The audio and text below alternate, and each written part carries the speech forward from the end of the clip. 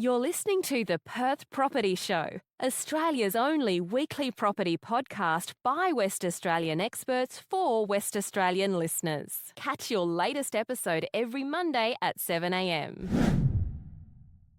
Good morning, everyone. Welcome to the Perth Property Show. My name is Trent Fleskens, your host. As always, it's been a few months since Mike McGowan from the HIA has been in the studio, and we do promise that he comes back every few months because that's a live space, the supply side in our state when it comes to how many houses are being built, what the challenges are, where the opportunities are, and how that relates to our demand side. And the reality is we've been talking demand since the budget for weeks. We've been talking to sales agents all year, and we haven't really had a conversation since all that chatter about negative gearing, capital gains tax, superannuation, about supply, the other side of the equation, because what we know is really it's demand versus supply, moderated at the end of the day by serviceability.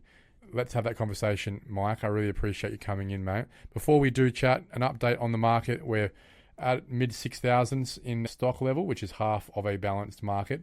We're bringing to market at the moment about 850 properties and selling about 650 to 700. So stock on market is increasing every week. It's allowing more options on the market in the established space. It'd be good to have a conversation about how that relates to the new space. So, Mike, thanks for coming in, mate. Thanks for having me back, and great to be here. There's a lot to unpack, and I don't want to rehash all of the noise on the demand side, but I think the first question I want to ask you is from your membership in the new house space especially, which flows from the new land space. How's inquiry been? What's the story been like over the last 4 or 5 months when what we probably think was the peak of absolute FOMO demand?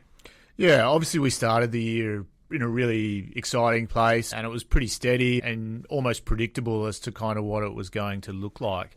I think from March, when we started to see some trouble in the Middle East, 3 interest rate rises, a couple of budgets, and certainly some questionable housing policies coming out of the federal government, it certainly tempered some of that demand. I would argue that it's probably removed a lot of the tyre kickers that were out of the process that perhaps weren't ready to build, that perhaps they've gone away from the market a little bit. We have seen inquiry drop off 25%.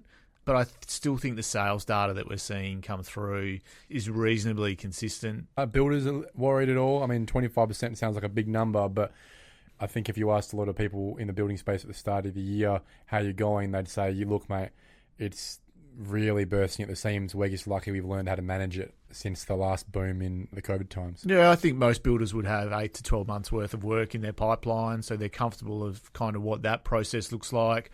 Obviously, as you touched on, we're somewhat restricted in the volume that we can sell because of the land that's available, and there's many people now waiting sort of 3 to 12 months for titled land to come through. So that pipeline's solid, and if anything, it probably gives, I'm sure the sales consultants at the builders aren't particularly as thrilled, but for many of our members, it gives them the chance to refresh process, look at what they're doing, try and bring down the number of white days that are happening out there. And the white days are just the days where there's no activity on site. So whether that's communication, whether that's a reevaluation of the trade base, or an internal processes about how builders go about completing jobs, I think that's given them time to be able to analyse that really closely and hopefully see some continuing improvement in build times as we head forward through over the next 12 months. Well, let's segue to build times.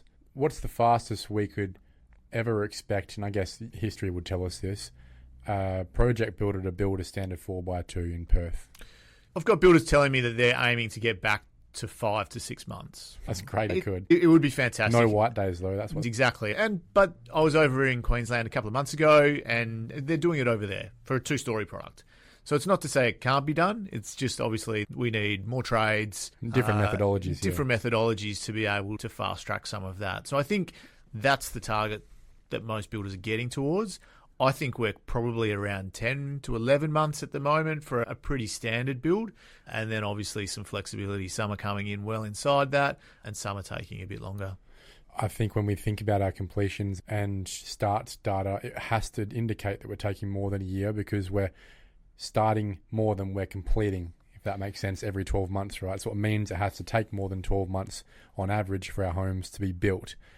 That isn't where it needs to be for us to be bringing that supply on market as fast as we'd like to start to close the gap with the 40,000 house deficit we're currently sitting on, isn't it? Yeah, and that's why we need more skilled tradespeople. We started 20,000 homes 12 months ago. In the last 12 months, we've started 24,000 homes. So you'd like to think when we get to this time next year, we're seeing data that comes through that says we're finishing 22 to 23,000 homes. So as we touched on, build methodology might help bring that down. More skilled tradespeople helps bring that down.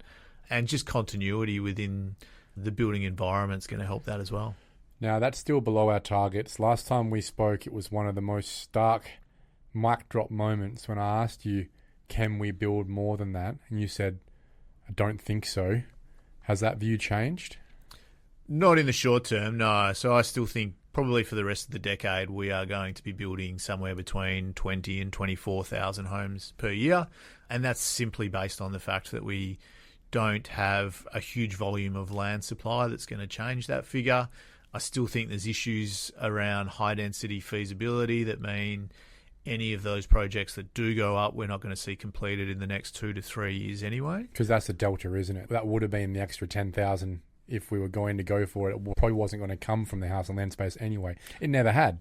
I think our house and land space is probably as good as we want it at the moment. I think we're seeing 12 to 13,000 lots being produced. I'd argue that's about right. Maybe 4,000 or 5,000 coming in brownfield spaces and in developments.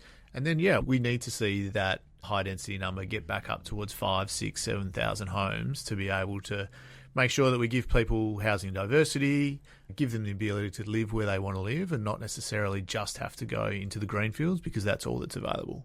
You cover apartments. You're not seeing it.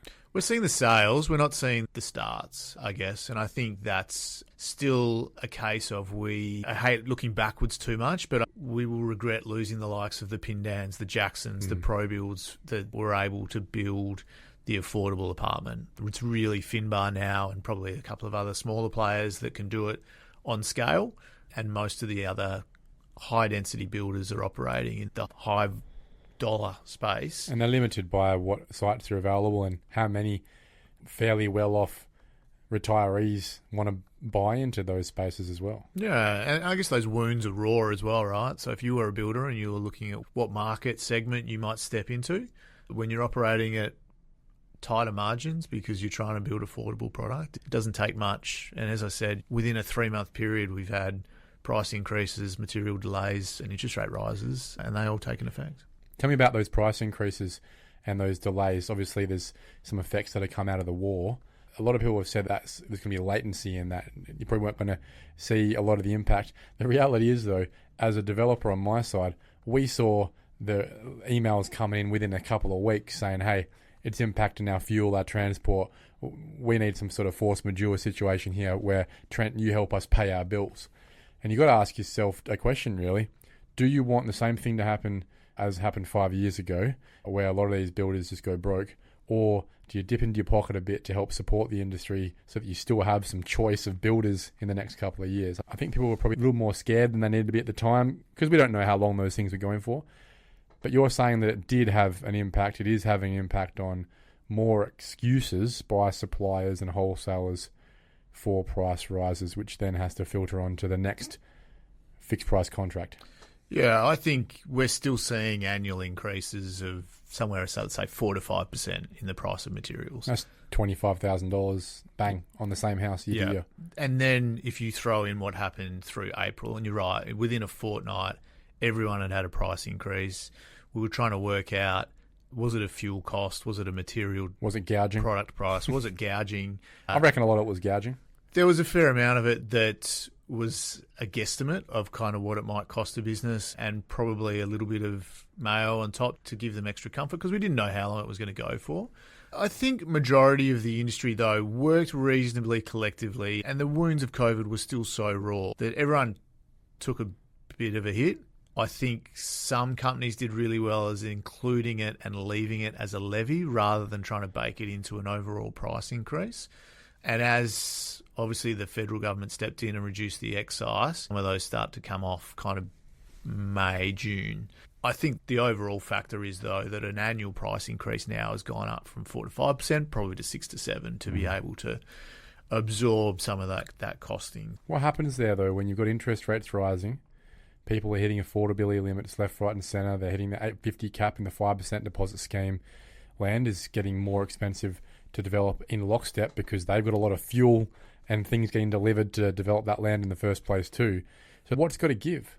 Well, we reached that affordability cap at the end of the day, and I think there's lots of discussions at the moment, and you touched on it at the beginning, around is the reduction in demand or interest or buyers a factor of federal government announcements around capital gains tax and negative gearing, or is it a factor of 3 interest rate rises and an increase in material prices? Were you saying it would have probably happened anyway? It was happening anyway. It was getting a lot less workable without the budget, and then the budget was another kick in the guts. Yeah, absolutely. I think it's certainly just prolonged any anxiety that we traditionally felt around that budget period, because there's still so much uncertainty about it. And it's not just the buyer, it's the businesses that are around it, you know.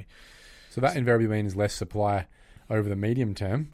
Well, I think that the federal government Treasury papers talked about a reduction of 35,000 homes as a result of the implementation of this policy, which is crazy when we're in a supply challenge. It's counterintuitive, isn't it? And it is. And to our own state government's credit, I think they are doing what they can to try and increase supply, and whether that be ARCO changes or supporting skilled migration, supporting apprenticeships, they are, to steal John Kerry's phrase, pulling every lever they can. And it's frustrating to see a federal government kind of working in the opposite direction to stifle some of this. Off air, you were talking about changes to building methodology be something that is part of the plan to help broaden our supply base. Now, we've been hearing that for years, and to be frank, I don't believe most of it. It just seems like a bit of a catch line of, we're looking into alternative methods, we're looking into alternative materials.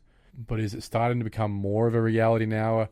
None of this happens unless your Dale Alcocks, your Summits, your home groups, your Scott Park Homes, all these big groups actually turn around, look within their supply chains and go, you know what, we just cannot get enough of these houses done in time, relying on one brick supplier and one trade of bricklayers. Let's look more into the framing, timber, steel. Is it happening more, or is it sort of just more talk still? What's the update there? No, I certainly don't think it's talk anymore. I think Summit, as you mentioned, have gone and are now probably producing 70% of their product as a framed brick veneer product. You're not seeing a lot of pushback? No. But if there's some speed benefit, I don't think people are hanging on to double brick as something that they need to do if there's other options out there.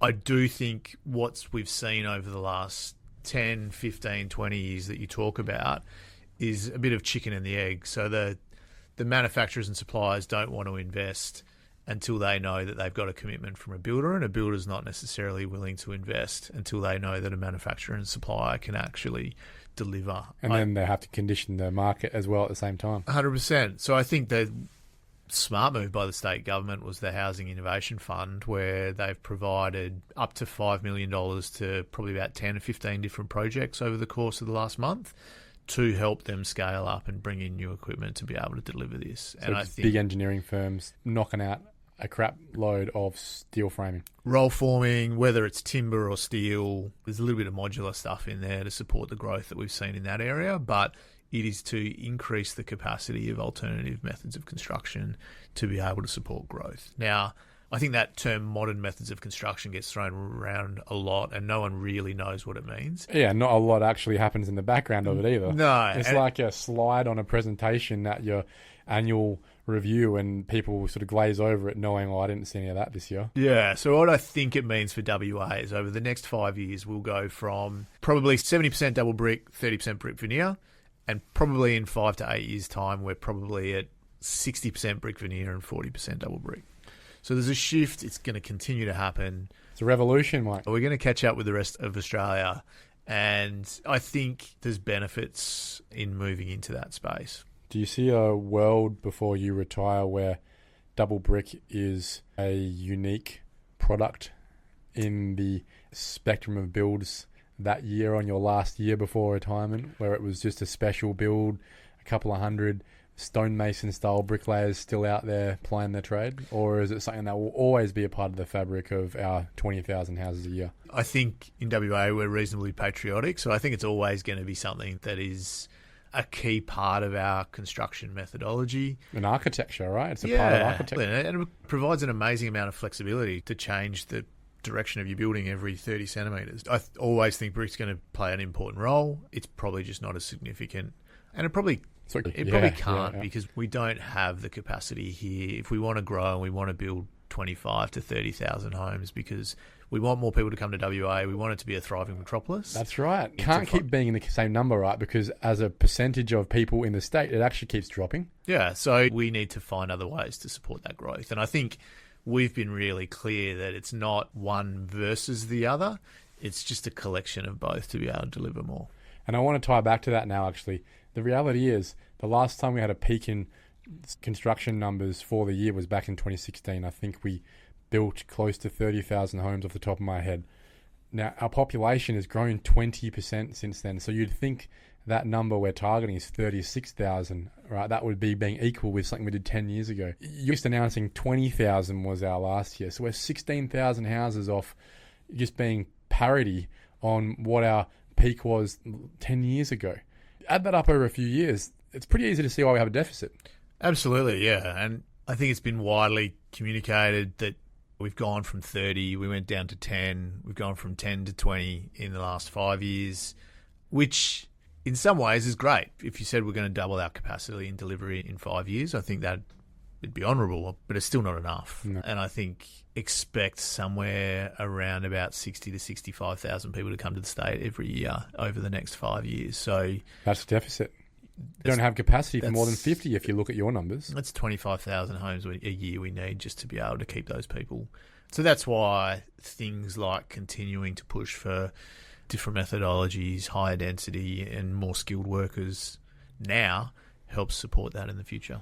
Man, I think that was a really efficient wrap-up for us on where the market's at right now. And I think the point to make here is that supply is steady. Whilst the demand side has seen it be kicking the nuts over the last couple of months because of those factors, mainly in affordability, to be honest, but reinforced by the budget over the last couple of months too. It's not like we're seeing the supply side really overdo it right now and be a part of the problem when it comes to people's nerves on house prices. I actually think that we're finding a really reliable level of supply right now when it comes to that equation. So what that means for me is it's a watching brief on the demand side as we come out of winter eventually into spring and people sort of move past that, and then really having a watching brief on interest rates, because I think that is going to be the big modulator on our ability not only to buy established property but to get to the table at the house and land space, at the apartment space, and actually afford what's being priced up, because I think that's probably the biggest piece of friction now. It's, can I afford to buy this $1 million house and land package on the urban fringes for most people?